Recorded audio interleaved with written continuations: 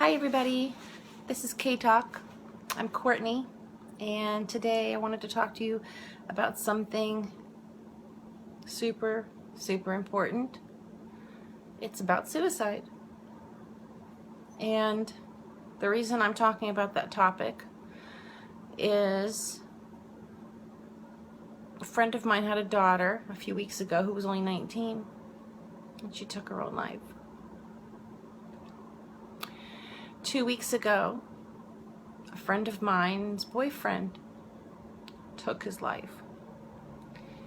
And over the weekend, my friend took her life. It's heartbreaking and still shocking, hard to imagine, hard to comprehend. I was talking to my friend whose daughter took her life a few weeks ago. And naturally, as a mother, having to bury your child is so devastating. And when I asked her, was it okay if I asked her, what would you say to somebody that just wants to be done with everything? And she said that what you feel right now is not the whole painting. The pain, the depression, the anxiety, whatever it is that you are feeling right now that makes you not want to go on with life, in the scheme of life, isn't the entire painting. What you feel now, there is help for. I talked to my friend Heather just last week, and yes, she was grieving, and grief can be a trigger to the deep depression. And I've been rolling around the whole conversation in my mind so many times, just trying to think, was there a clue? Was there something I missed? Was there a nuance? Was there a tone in her voice? Something, and I can't find it. I just can't find it. And I told her, I said, let me come there. I'll come see you. She lives in the next town over from me. And she says, no, I'm just not really up to visitors today. I said, what about tomorrow? Which would have been Friday. And she said, well, I've got a meeting tomorrow. I had to do with visitation and her children and the lawyers and all this other business. And I don't know. I don't know if there was a trigger after that. Something happened in that meeting. I don't know. What I do know is that her and her boyfriend both had gone through very bad marriages, and the exes were just relentless and hateful and sociopathic tendencies going on. And people have what we would call a breaking point. You can only be pushed so far. And both of them have each 2 children. He had 2 little boys, and she had a little boy and a little girl. She loved her children. She was a devoted mom.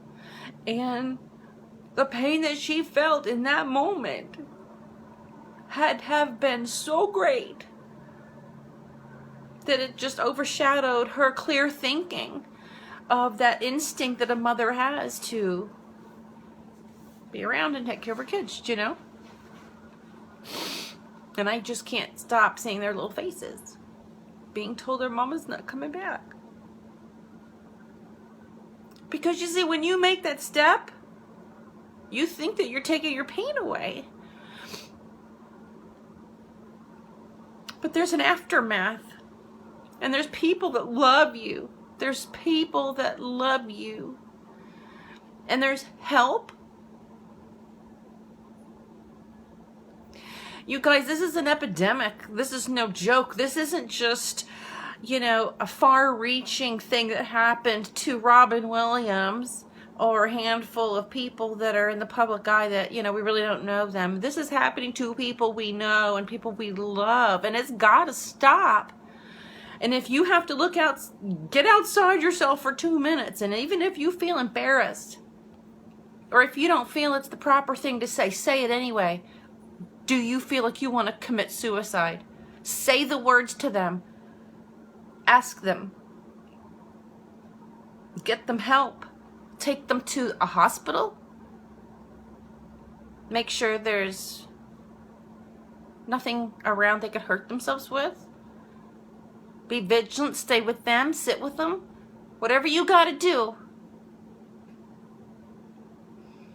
You start hearing words like, the world would be better off without me. I didn't hear that from Heather, but some people do say that. Take it seriously. It's no joke. It is no joke. We are losing beautiful, amazing, wonderful people. Because their low gets so low, they have tunnel vision and they can't see that how they feel right now won't last forever. They can't see light at the end of that tunnel. And they need us. They need us so badly.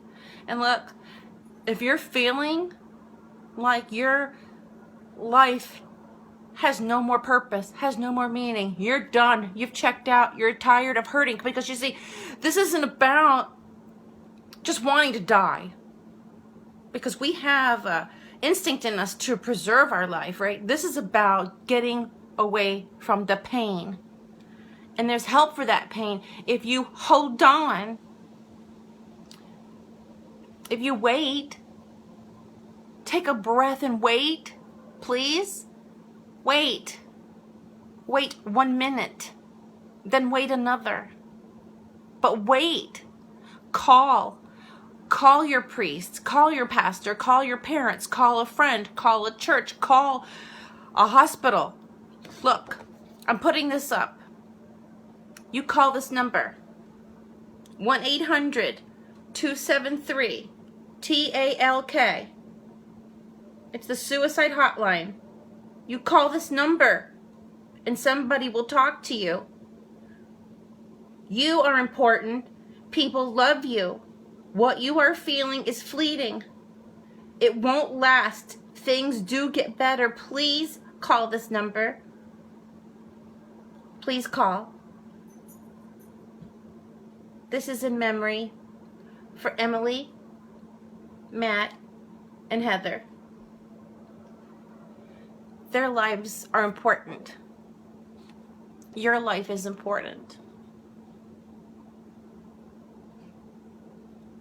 Please wait and call.